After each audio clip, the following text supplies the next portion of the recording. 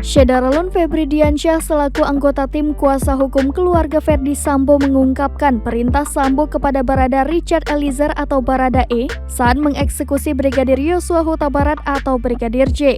Febri menjelaskan saat di tempat kejadian perkara Duren 3, Sambo memerintahkan Baradae untuk menghajar Brigadir J. Namun ia mengatakan yang terjadi saat itu Baradae justru menembaki Brigadir J hingga tewas.